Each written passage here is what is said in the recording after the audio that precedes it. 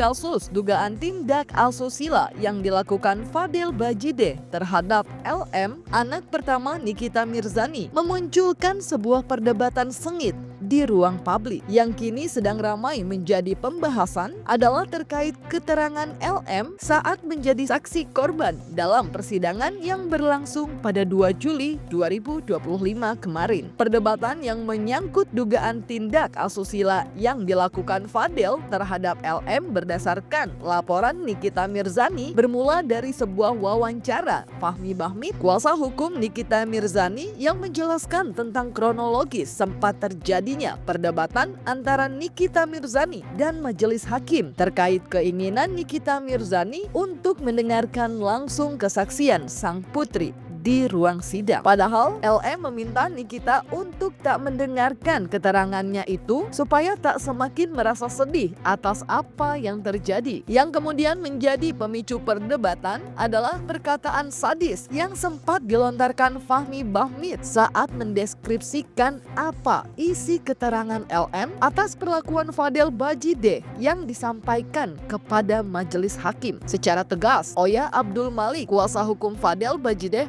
membantah apa yang dikatakan Fahmi Bahmid tersebut.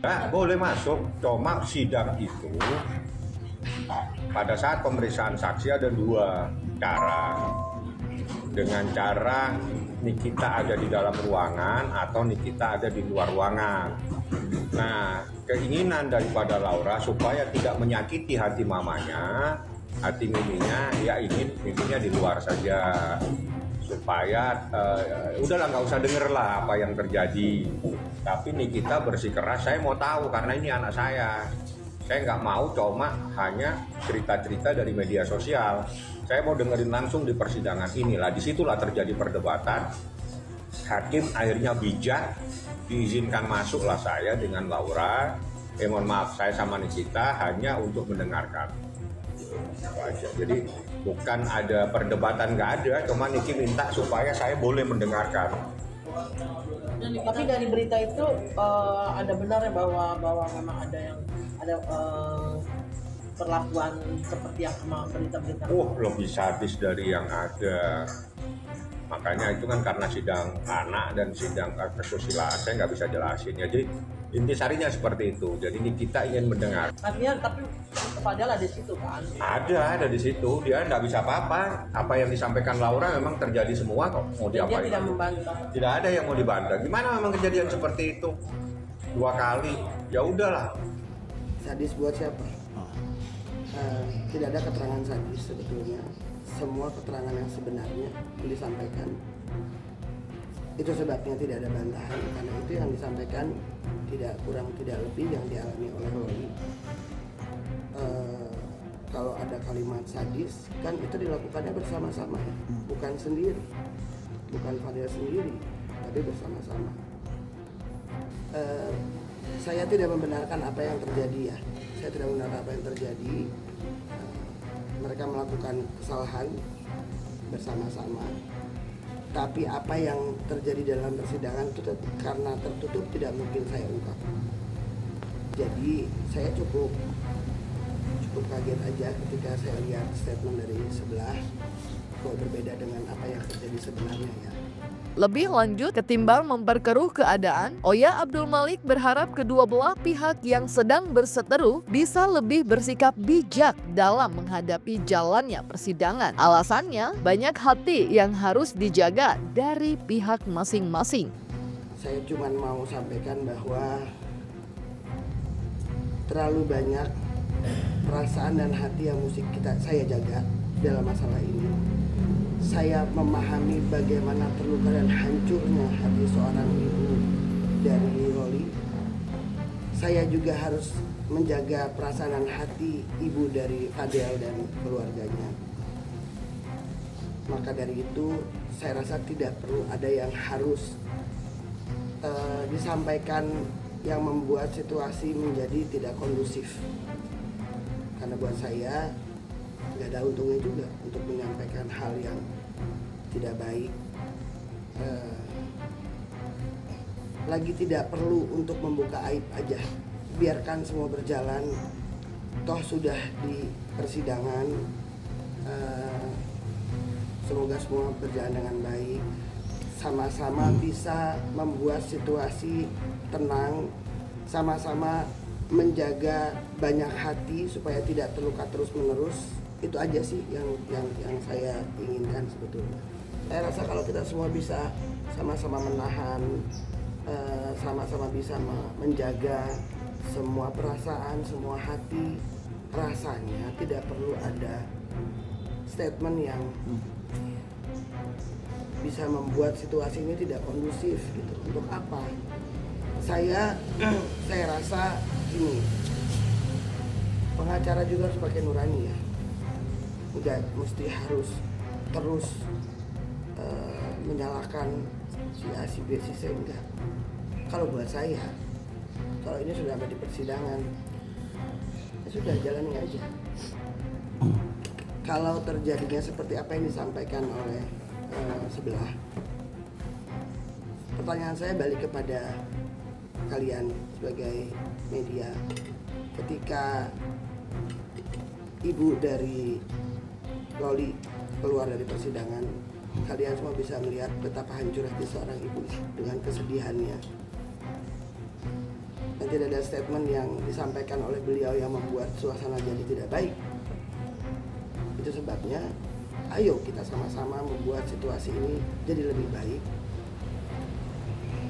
supaya sakitnya hati seorang ibu ini bisa tersembuhkan oleh waktu dan situasi yang baik. Memang seperti apa yang dikatakan Oya Abdul Hakim, respon Nikita Mirzani setelah mendengarkan kesaksian anaknya di depan majelis hakim memang menyiratkan suatu keikhlasan atas apa yang sudah terjadi pada LM. Meski tak bisa menutupi perasaan sedih dan kecewa, namun Nikita Mirzani seolah menyiratkan jika dirinya sudah mulai bisa mengikhlaskan apa yang terjadi pada anaknya di masa lalu. Ia pun hanya bisa menyerahkan segala sesuatunya terhadap proses hukum yang kini sedang dijalani Fadel Bajide. Ya sudah benar. Udah. Artinya benar-benar sangat menyakitkan ya mendengar kesaksian Laura atau gimana sih? Ya sudah, yang terjadi sudah benar saja. Hanya nanti tinggal tunggu aja proses selanjutnya. Betul, jadi gini, baik atau tidaknya sang ibu lah yang merasakannya. Dia lebih bisa merasakan sedihnya, kecewanya. Tapi saya yakin dengan hati yang sangat berat dan terluka, akhirnya harus menerima kenyataan bahwa ini sudah terjadi. Persis seperti kalimat beliau waktu diwawancara kemarin ya, ada kalimat yang sudah terjadi. Jadi buat saya di kalimat itu saya hanya berpikir oke, sudah, semuanya sama-sama menjaga, semuanya sama-sama memberikan vibe yang baik.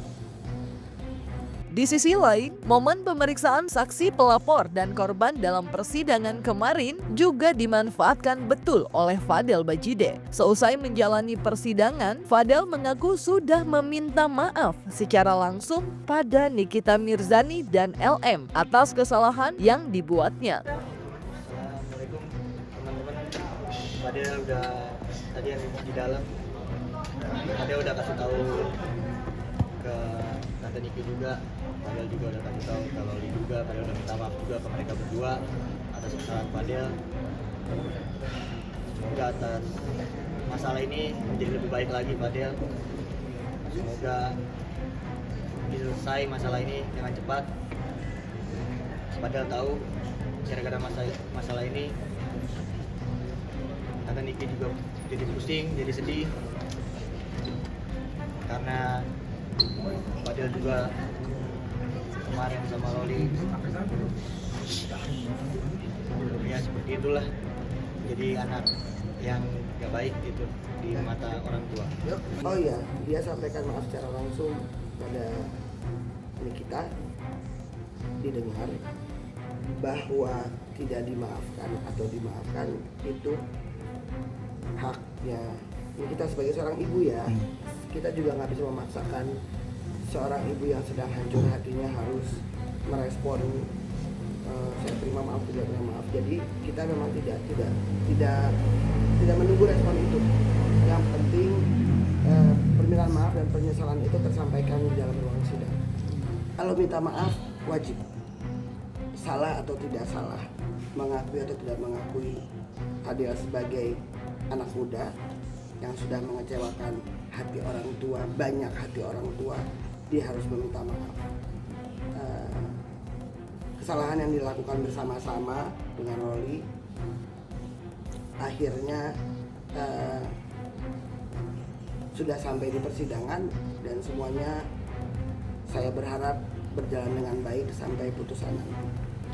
Seperti yang diketahui, Fadel Bajide duduk di kursi terdakwa dugaan tindak asusila atas laporan yang dibuat Nikita Mirzani karena dituduh melakukan persetubuhan pada anaknya yang kala itu masih berusia 17 tahun. Selain itu, Fadel Bajide juga dituding memaksa Loli, sapaan akrab LM, untuk melakukan aborsi. Dalam perkara ini, Fadel dijerat dengan pasal 76D Junto, pasal 81 Undang-Undang Nomor 35 Tahun 2014 tentang Perlindungan Anak, pasal 60 Undang-Undang Kesehatan Nomor 17 Tahun 2023 serta pasal 346 KUHP mengenai aborsi ilegal dengan ancaman hukuman mencapai 15 tahun penjara. Allah semuanya berjalan dan ini mau tidak mau karena Ana telah melakukan perbuatan, pertanggungjawabkan perbuatan tersebut karena akibat perbuatan Anda menyebabkan anak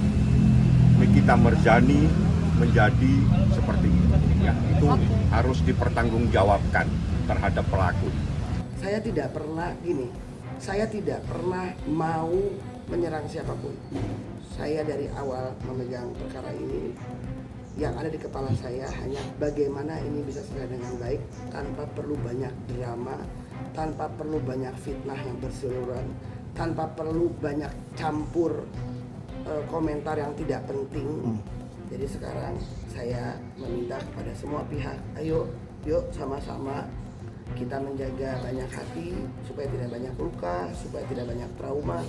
Loli sendiri juga di dalam situasi yang tidak baik ya perasaannya, semuanya.